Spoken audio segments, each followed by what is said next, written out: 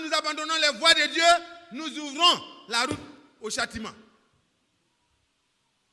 Et quand c'est Dieu qui nous châtie, ce n'est pas la peine d'accuser le diable. Le Seigneur est prêt à te bénir. Mais il ne bénit que sur sa parole. Le temps est arrivé, il a dit sortez, on lui a donné tout. Ils arrivent là-bas, ils se préoccupent de leurs petites entreprises, de leurs activités. Ils courent à gauche, à droite. Et personne n'a le temps pour les choses de Dieu. Que Dieu ait pitié de nous. On est retourné à la foi de nos pères, les apôtres. On a les livres, la biographie, on a les brochures, on a les DVD, on a les DVD, les TVD, tout. Tout l'arsenal. Puis on est assis au milieu de ça.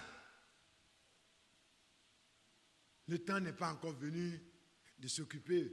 Bientôt, bon, j'ai des projets. Seigneur, il faut bénir mes projets. Seigneur, il faut bénir mes activités. Seigneur, il faut me donner mariage. Seigneur, il faut me donner enfant. Seigneur, il faut me donner temps. Seigneur, il faut me donner temps. Va lire Matthieu 6, 33. Cherchez premièrement le royaume et la justice de Dieu. Et tout le reste, Dieu vous le donnera. Il a déjà promis de vous donner votre bonheur, votre bien-être. Dieu a promis de s'en occuper. Ne courez plus après ça. C'est les païens qui courent après ça. Nous faisons la volonté de Dieu. On se préoccupe de comment plaire à Dieu. Comment faire ce que Dieu a dit de venir faire. On est sorti des dénominations. On est sorti de la confusion de Babylone. C'est pour retourner à Jérusalem, pour rebâtir la maison de l'Éternel. Faites en sorte que j'ai du plaisir. Retournez dans notre verset de base et puis je vais laisser le frère Kouma à 30 exactement. Frère Kouma, tu peux te rapprocher.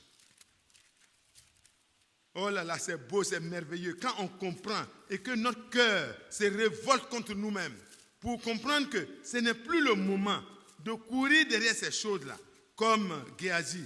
Voyez, au moment où il fallait faire les choses de Dieu, lui courait derrière l'argent.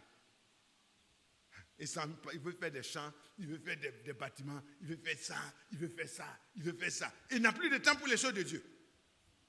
Il a laissé le prophète derrière. Hein. Il est en train de courir derrière l'argent. Un homme de Dieu est en train de courir derrière l'argent. C'est misérable, c'est pitoyable. Des enfants de Dieu sortis de la captivité, qui sont revenus pour marcher avec la parole de Dieu, qui courent derrière les choses de ce monde. Frère, lisons pour que le frère prenne la relève. Je relis maintenant.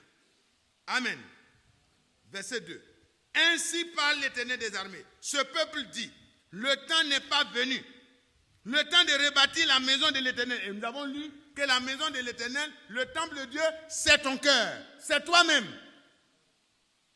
Ce n'est pas Jérusalem là, nous, on n'a rien à voir avec le rebâtir. Ils vont rebâtir ça parce que c'est comme ça que c'est fait pour Israël.